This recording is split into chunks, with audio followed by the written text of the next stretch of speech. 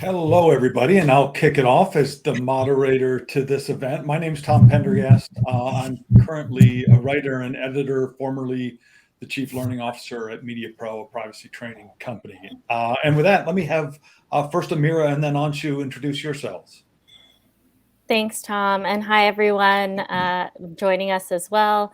My name is Amira Dhalla. I work at Consumer Reports, helping lead our programs towards making digital rights and privacy a core issue amongst the people we work with, helping to really reduce the harm and the issues that are faced by people in technology world, and providing solutions, opportunities, research, reports, and others to really address the harms that people are facing. Thanks, Amira. Hi, my name is Anshu Sharma. I'm a paying subscriber of Consumer Reports for many years. I encourage everybody here to do the same. They have amazing content. Every time I buy something important, I go there first. But I'm here today talking about Skyflow, which is a company I co-founded 3 years ago, with a very simple mission and vision, which is, can we make it easier for businesses to establish trust with their consumers by making privacy super simple and easy to implement?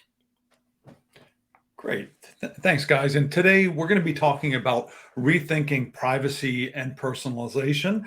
And just to jump right in, I'd like to start with Amira and ask, in your research at Consumer Reports recently, how has consumer sentiment changed towards privacy in the past few years? Yeah, I mean, we do so much research at Consumer Reports, and it's been really clear to us that consumer sentiment has grown as it relates to privacy and security in the products they're buying or the tools that they're using. Nearly 2/3 of individuals are worried about their privacy when they're bringing new products into their home or into their everyday lives. But what we do see in the research is that not only are they caring more, they're feeling less in control of what to do about their privacy and security when they're doing that. A key stat that I use often is that in a Consumer Reports survey in 2020, 96% of Americans agree that more should be done to ensure companies protect their privacy of consumers. And where we're starting to hear that is transparency, whether it's in their pricing or in what they're using, protecting their data from third parties or not selling it, data upon request, and so many other issues related to that.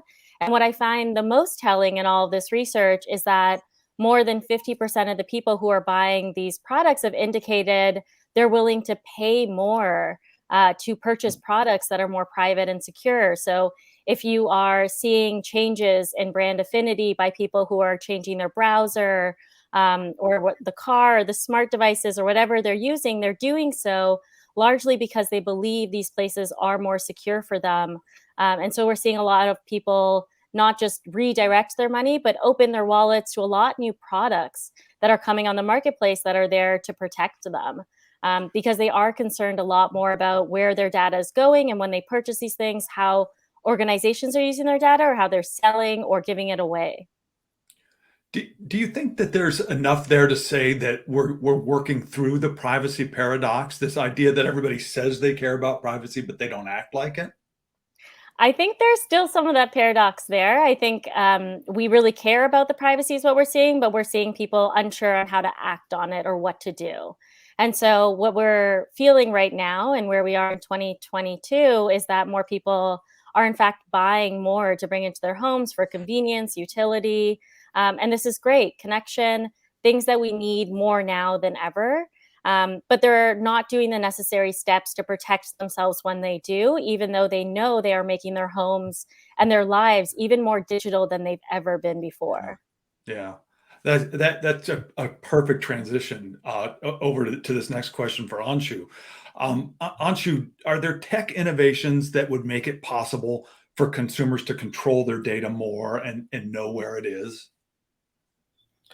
Yeah, so I think the reason we have the privacy paradox is because we have the privacy dichotomy. And the dichotomy is that we are led to believe as consumers that really there's a choice. And I call this the false dichotomy or the false choice.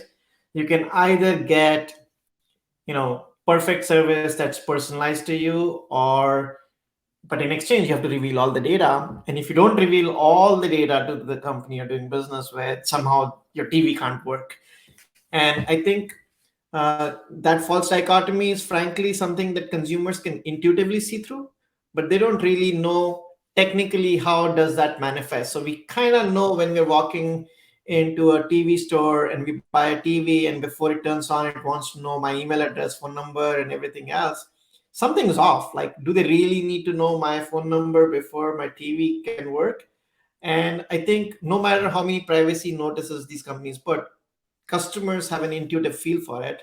And you can see leading companies like Apple and others have actually made it a core value proposition for picking their products over competing products. They literally go out there and say, hey, if you want better privacy, buy my product. And I think that's going to happen more and more. To Amira's point, people have an intuition about it. They didn't even know the word privacy. I think 5, 10 years ago, privacy, security, compliance has to say same word for different people. But now people know what privacy means. It means that I should be left alone when I want to be left alone, and nobody should be able to track me unless I have given them explicit permission. And to do make that happen, I think truly there have been some amazing breakthroughs in technologies over the last 10 years. Starting with something as simple as what is called secure elements on your phone, where things like credit card numbers get stored. Same kind of elements are now available on server-side chips. What that basically means is we can actually cryptographically and in hardware implement certain isolated areas where we are dealing with things like your credit card numbers, social security numbers.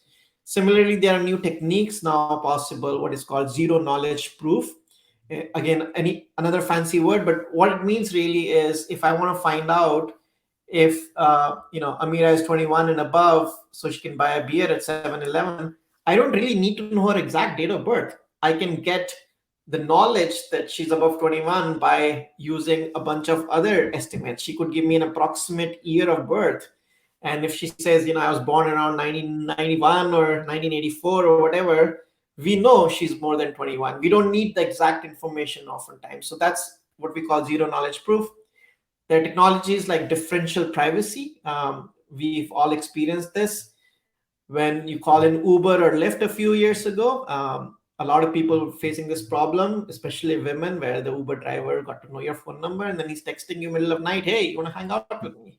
And nobody wants that. And the answer to that is they shouldn't even be able to see the phone number. So things like one-way hashing, homomorphic encryption, all of these techniques are now available and we can see them. We know that, for example, when you use a credit card using Apple Pay, your credit card never really leaves your phone. You can generate a new credit card number whenever you want. We kind of know that when I'm using Uber and Lyft now, that my driver doesn't know my phone number, and that's amazing and positive. And these companies are experiencing the value from that. More people are calling these services and using them. So I think there's hopefully a positive feedback loop between these innovations, how customers are responding to these innovations, and then businesses being able to realize that, what, less is more. I can actually give better service, make more money if I'm not as creepy as I used to be. And I think there's an understanding that, all data is not an asset. A lot of the data that you collect can be a liability for you. Yeah, absolutely. Now, Amira, when you hear Anshu describing these kinds of innovative technical ways to protect people's data, do you see any red flags on this from a consumer's perspective, or do you think consumers will greet this as generally a positive thing? I do think that innovation is great for all of us. I do think innovation has made so many tools available that are secure for us in so many different ways.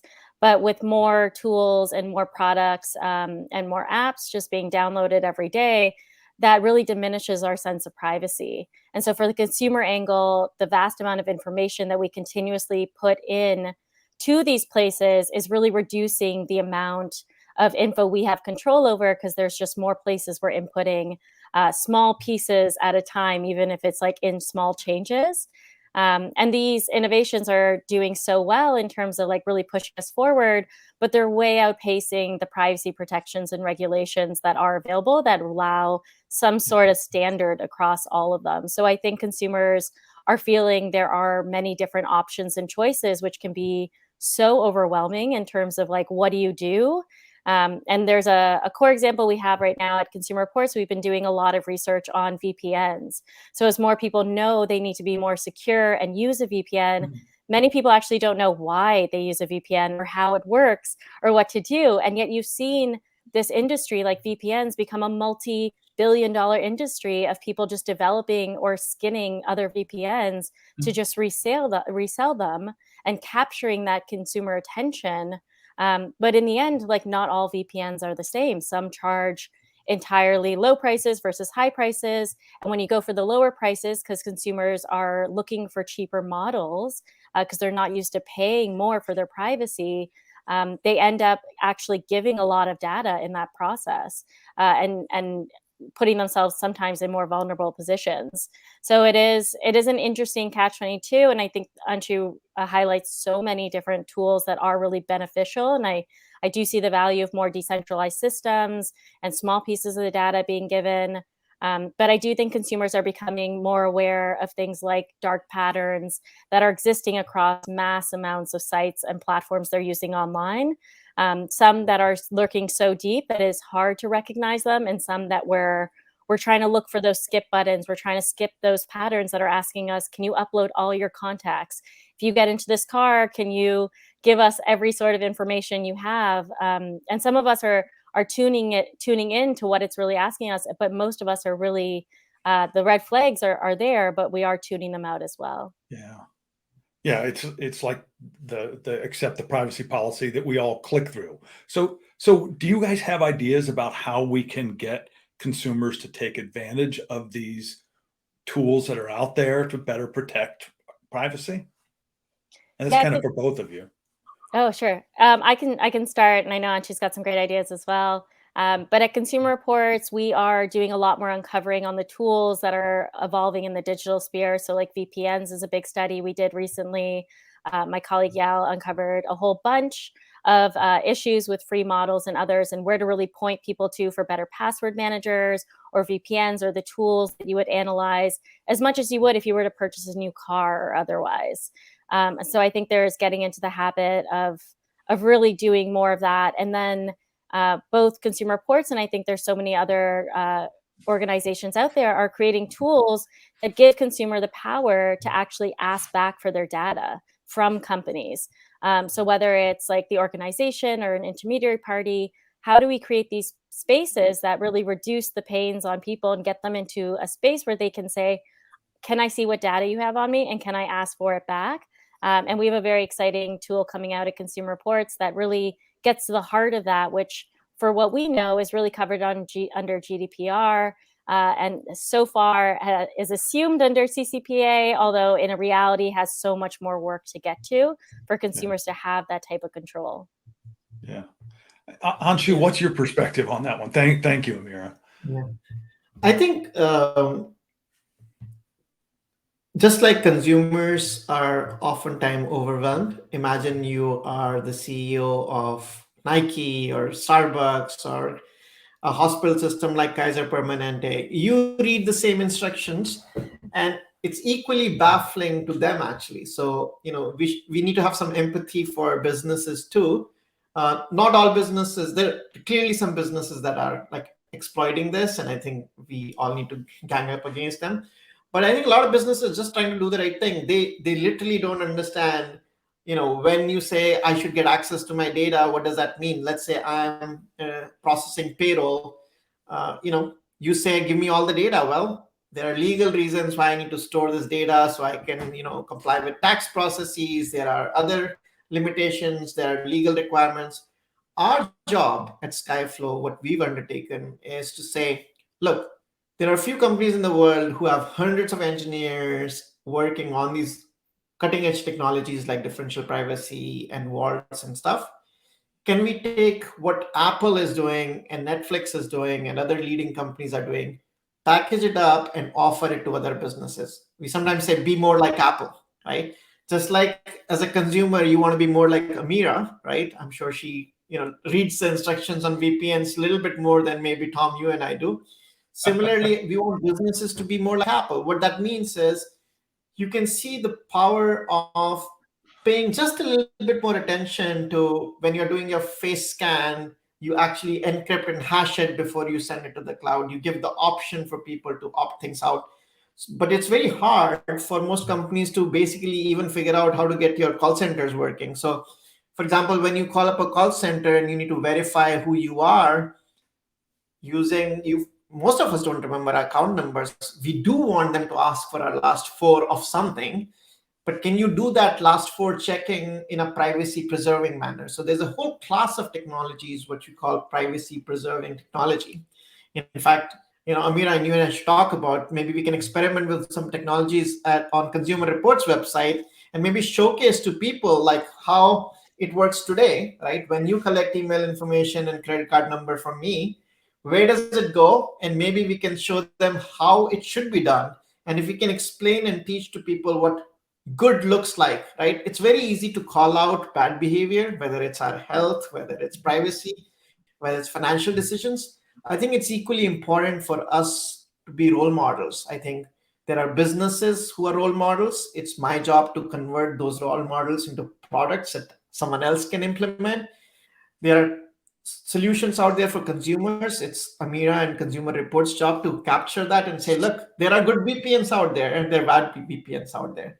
And I think if we did that collectively as a society, we can all move towards a positive future rather than saying, hey, everything is broken. I don't want to click on one more, accept all cookies, and let's shut down this, because the bad guys are trying to make that false dichotomy happen. They want us to feel like either it's this crazy world of clicking hundreds of things or give me all data.